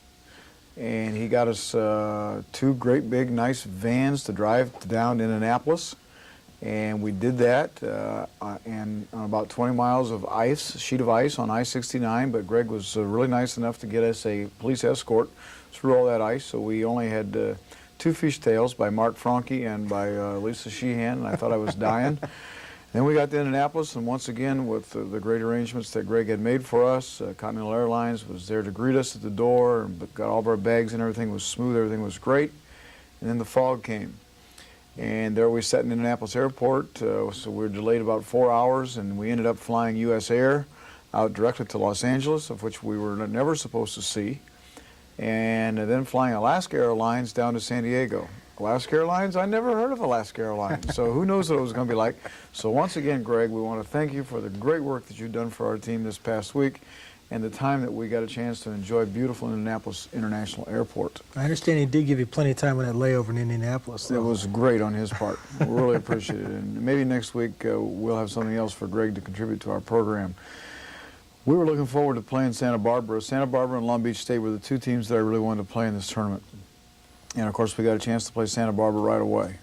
Santa Barbara, in all fairness to them, have two starters. Their starting setter and one of their starting outsides hurt, so they did not play. However, I'm not sure, as well as we played against Santa Barbara, it would have made a major significant difference. Certainly the Gauchos will let us know that when we go out there again in over spring break and when they come back here for our spring fling.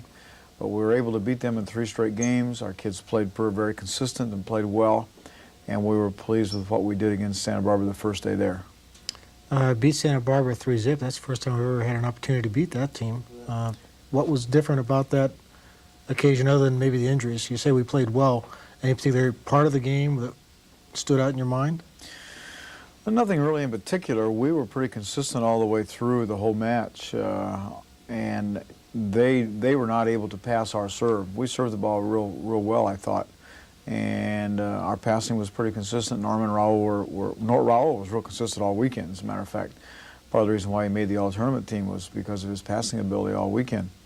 But there wasn't anything really in particular other than the fact that they were unable to pass the ball very well, and they became very predictable offensively.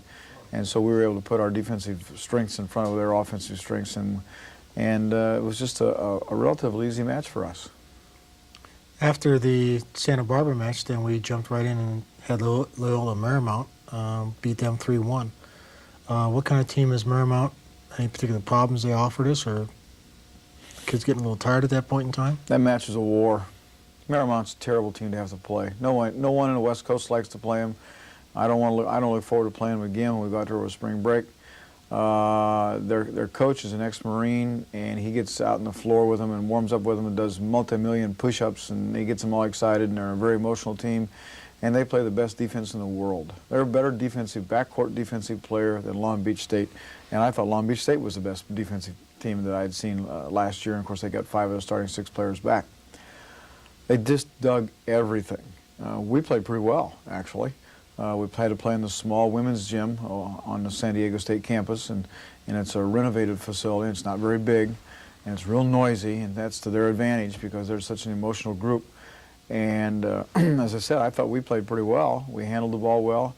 Our offense was fairly smooth, but it didn't make a difference how many rockets we hit. Somebody stuck an arm out, and up it came, and back over it had come, and there we staying watching. Wow, wait a minute, how'd this get back over here? And it happened time after time after time. And that's how they beat us the one game they beat us. They just flat wore us down. Against teams that we play like that, We have to depend so much on our offense that it eventually wears us down, and we end up making unforced errors.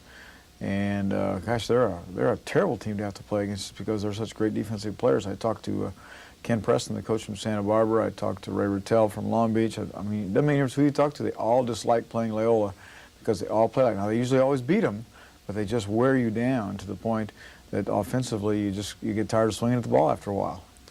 Came out of day one, 2 victories against West Coast teams. The guys had to be higher than a kite. Well, I don't know whether that's the right analysis or not. We're very pleased. First time we had beaten Loyola, first time we'd ever played Loyola, first time we'd beaten Santa Barbara, as you alluded to earlier, and we came off with I guess a satisfied feeling, maybe more than a higher than a kite type thing. After the experience we'd gone through trying to get to San Diego, I was concerned about us being tired. That didn't seem to affect us on the first day, but I thought it really affected us the second day. You know, the kids had played hard on the first day and still were on an emotional high from being out there and the travel. And it just seemed like the second day we emotionally and physically were pretty drained.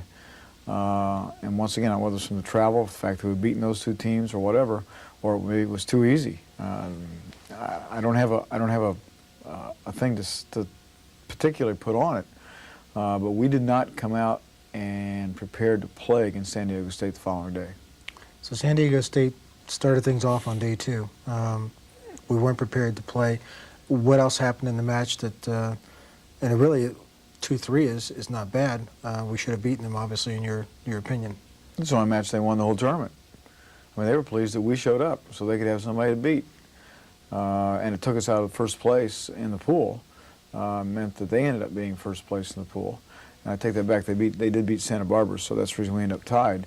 But then I said Santa Barbara had some injuries, so I think that's an indication there. The match was a really funny match. We ended up winning the first game. They win the second game. I think we win the third game. They win the fourth game. Rally game, we're ahead 8-5 when we switch sides, and you know at 8-5 you ought to win. Norman hits a ball out of bounds to go 8-6. Raul gets aced, goes 8-7. Loy gets blocked 8-8. And next thing you know, we're behind 10-8. We can't catch up. There were very, very few fans at the whole tournament. The fan attendance was very poor, even when we played San Diego State. So it wasn't the fact that the fans got into the thing and made it a seventh player type thing. We just didn't play very well. We were just real inconsistent. Our passing was up and down. We made a lot of hitting errors in the games we lost. We couldn't block balls, and they seemed to hit balls off our hands and they'd fall to the floor. It just didn't make any difference what we did. It was kind of wrong. And they got excited. They do have 2 kids that are real nice players. They have a big left side kid that hits the ball real hard. We knew that, and we had what we thought were our right blocking combinations out in front of them, and we didn't stop it. They served the ball short on us, and normally we handle that short serve real well, and we didn't. So it was just really an inconsistent play on our part. Well, you come off the San Diego State match, obviously a roller coaster. You have to run right into another buzzsaw, and you got Hawaii. We ended up beating Hawaii. Bit of a smile, pretty good match for us. Ugly. Really ugly. Both teams were ugly. Both teams had come off of had playing, at 12:30, I guess, and had to come back and play at 5. And so there's not much time lapse in there. We went out and got a bunch of fruit at the supermarket and sat in a classroom and ate grapes and bananas and oranges, and then had to come back and play again. Hawaii was in the same kind of situation we were in. It was not a very well played match, but we played better than they did. So I mean, that's to our credit, I guess. The scorekeeper, about halfway through the match, I walked over to turn our lineup in, and she said, this is really boring. And I said, well, I'm sorry. It's kind of boring for me, too, because the way both teams were playing. It was just really unemotional, real flat. Everybody just went through the motions. As I said, fortunately, our emotions were a little better than theirs. I believe we're a better team than they are, and that's partially the reason why I think we were able to beat them, even though it was a relatively unemotional match for either team. It's the first time in our program we've beaten Hawaii. So there were obviously some real firsts in the first 4 matches that we played. 3 wins against teams that we'd never beaten before. And should have been 4 in the fact that we could have beaten San Diego State. The Hawaii match, however, did take a toll on us, I think, physically. It was such a difficult match to play because neither team was very emotional, and it just physically drained us because we had to come back right away after having lost to San Diego State in 5. So we ended up playing 9 games in a very short period of time, and physically and mentally it took a lot out of us. Of course, we were able to go back after we played and get something to eat and go to bed, but we had to get right back up in the next morning fairly early and then play Long Beach at 11:30. Doesn't sound very early, but after you've played as much as we played in the previous 2 days, just physically and emotionally, we were getting really tired, and now the travel and the 3-hour difference in time are beginning to catch up with us as well. The difference in time between the Midwest and the West Coast, it's so easy for us to travel that kind of distance. It's not easy for the non-athletes to understand the wear and tear it does take on your body. We're going to get back to day 3 in just a few minutes. We're going to pause right now and have a sports break with Alan Bangs.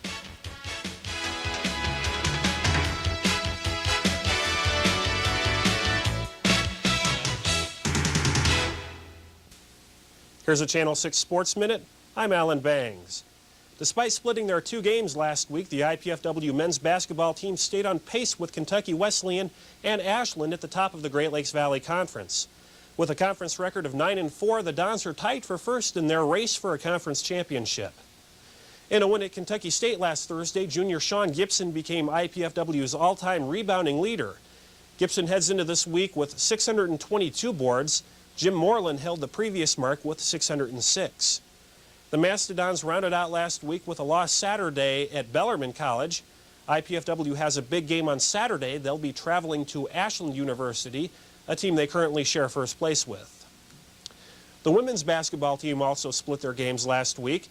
With a conference record of 9-4, they are currently in a tie for 4th place in the GLVC. Thursday, the Lady Dons travel to Hillsdale College. Saturday, they'll head to Ashland. The 8th-ranked IPFW Volley Dons are at home this weekend to open up the Midwest Intercollegiate Volleyball Association season. On Friday, Wisconsin-Milwaukee comes into town. Action gets underway at 7:30 p.m. Another big match on Saturday. This time it's MIVA rival Ohio State. That match also gets underway at 7:30 p.m. There is another opportunity to catch the Volley Dons at the Multipurpose Center on Sunday. This time Buffalo comes in for an exhibition match. That match will start at 3 p.m. Last weekend, the Volley Dons traveled to California and participated in the ASICS Grand Prix tournament. They recorded wins over UC Santa Barbara, Loyola Marymount, and Hawaii. They dropped matches to host San Diego State and number 1 ranked Long Beach State. The 10-5 Volley Dons are probably relieved to return home. They've played 12 of their first 15 matches on the road. In those 3 matches they have played at home, they have a record of 3-0. For Channel 6 Sports, I'm Alan Bangs.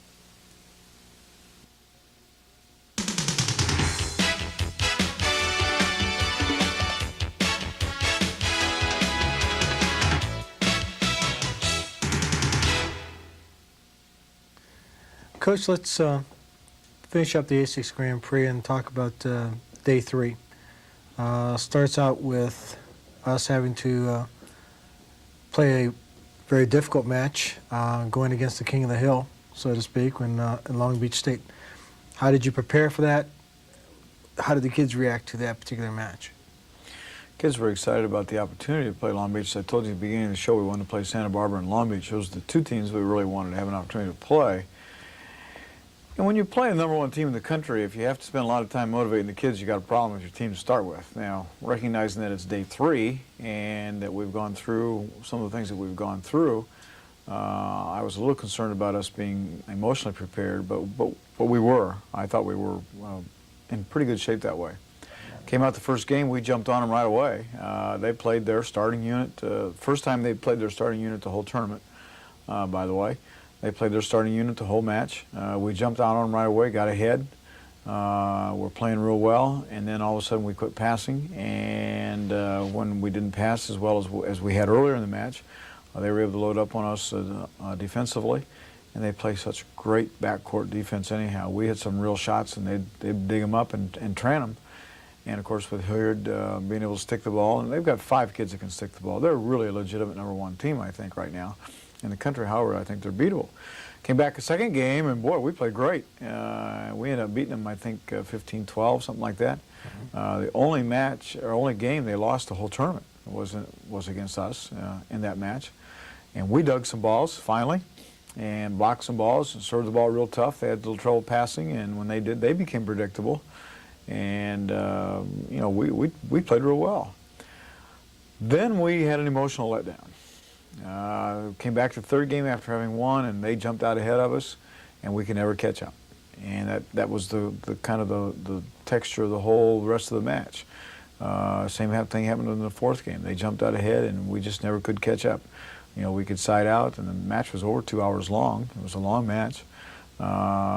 We could side out periodically, but not consistently enough in order for us to be able to score. And they passed. They turned their passing up a notch, and they passed really well. And when they do, they've got so many offensive weapons like USC had last year. They remind me a lot of USC last year. And it's a very similar type of team, except except Hilliard plays a different position than what Ivy played for USC.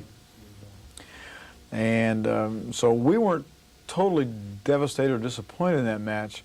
However, I really felt that we do have the capability of competing at a real high level after having played in that match. The next match then is up against Rutgers again, third time this season. Unfortunately, the results are the same as the previous two. Tell us about the Rutgers match, and then why are they giving us such headaches this year? Rutgers is a very experienced team because of the Soviet players. Jeff, kid from Wentworth, has a lot of experience, and they're a real ball-controlled team. Max, the big middle blocker they got up the very first, I don't know, it's been 4 or 5 plays. They set him. He tipped the ball, rolled the ball in the center of the court. Well, we have trouble with those kind of teams. We'll play Long Beach tougher than Rutgers any day, because Long Beach attacks the ball, and therefore we can play defense. Rutgers tips and rolls, and they slice it off your hands. I mean, they don't ever hit it real hard, but they just play great defense. They dig a lot of balls with 1 hand or 2 hands. It doesn't make any difference. They face. I mean, they just dig a lot of balls, and then somebody comes up and they slice it off your hand, or they roll it in the center of the court, and our guys stand there going, "Why don't they hit it hard?" I remember Loy yelling in the match, "Hit the darn ball." It was kind of like backing our own players, but they just don't play like that. And they give us a lot of trouble because of that. And we go back and wail on it, and they sit back in the slots, and they dig the balls, and they train him, and here they come, and they tip it, and they ball control it, and we stand back there waiting for it, and it falls in front of us. And we have trouble with them because of that. And I suppose we always will have trouble with them because of that. You know, we've in the past had trouble with Ball State teams because of that same kind of thing. They ball control, and they tip and roll a lot, and we expect the ball to be hit real hard because that's the way we play, and that's the way the California teams play.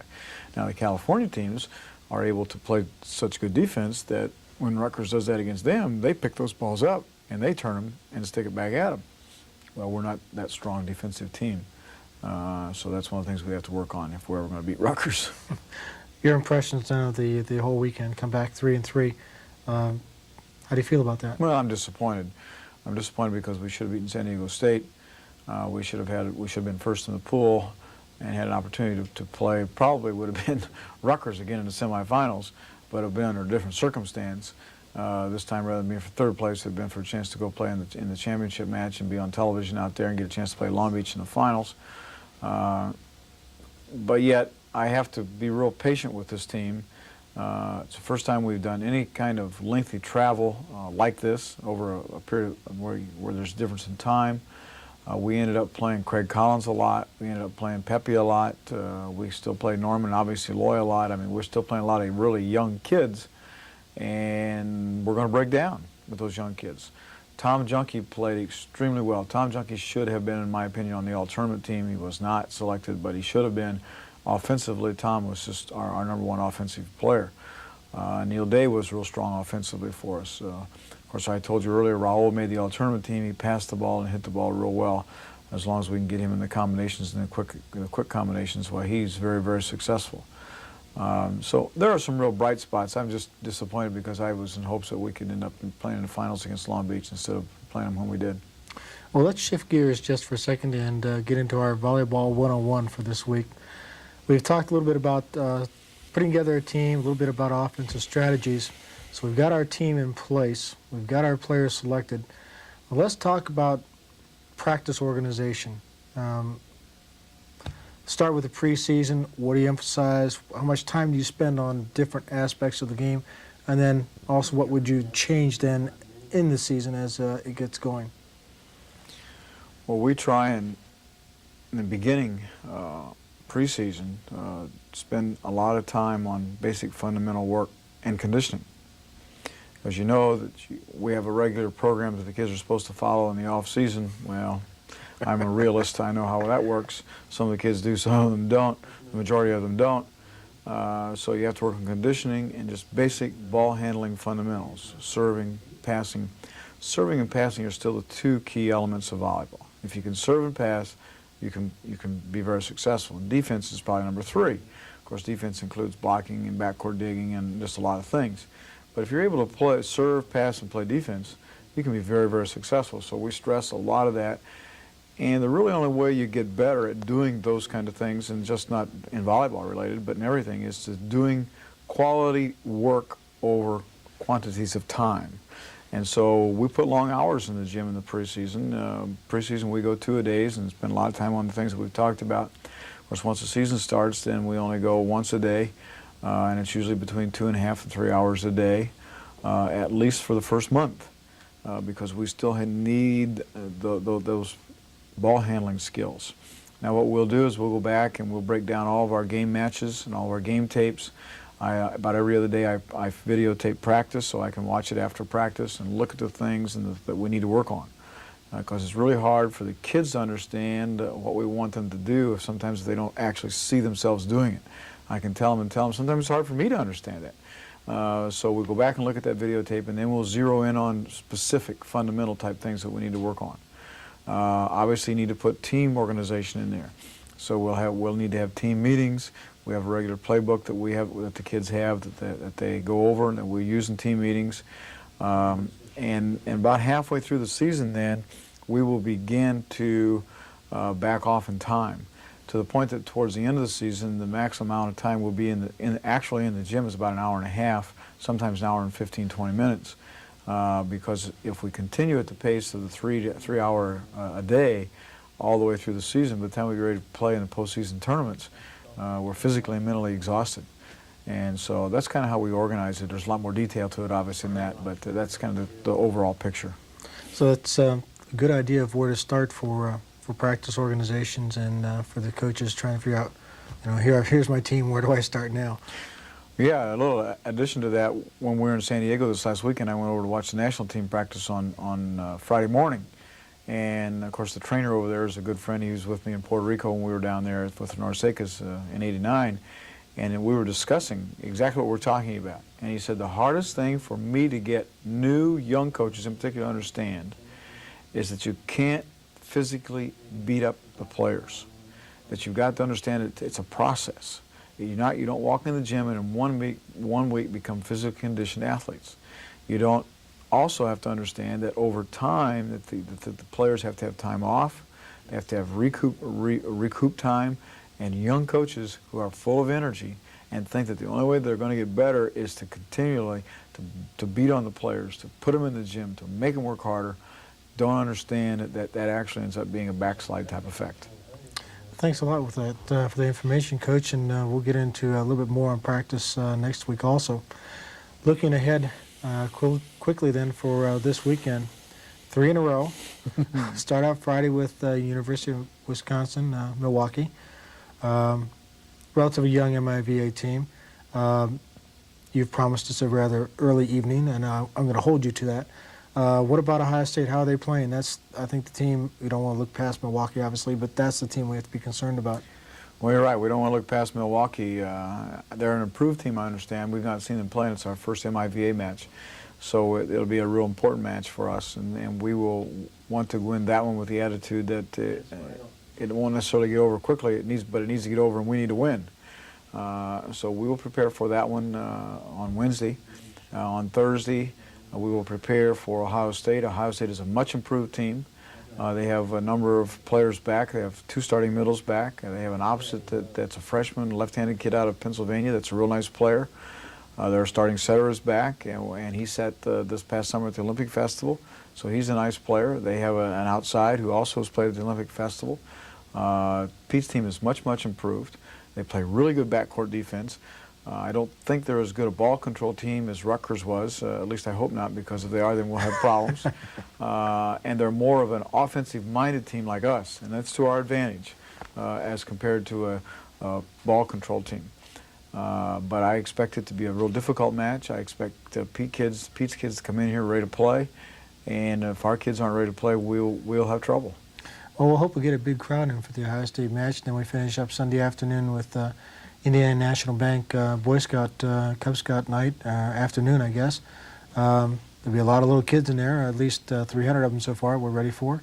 We'll look for a big weekend, and we'll be real excited about being able to see the Volley Dons at home again, and we'll get cranked up for the rest of the season. Well, thanks, Jim. We look forward to the fans coming out. We certainly appreciate the support they've given us so far, and we're glad to be back home.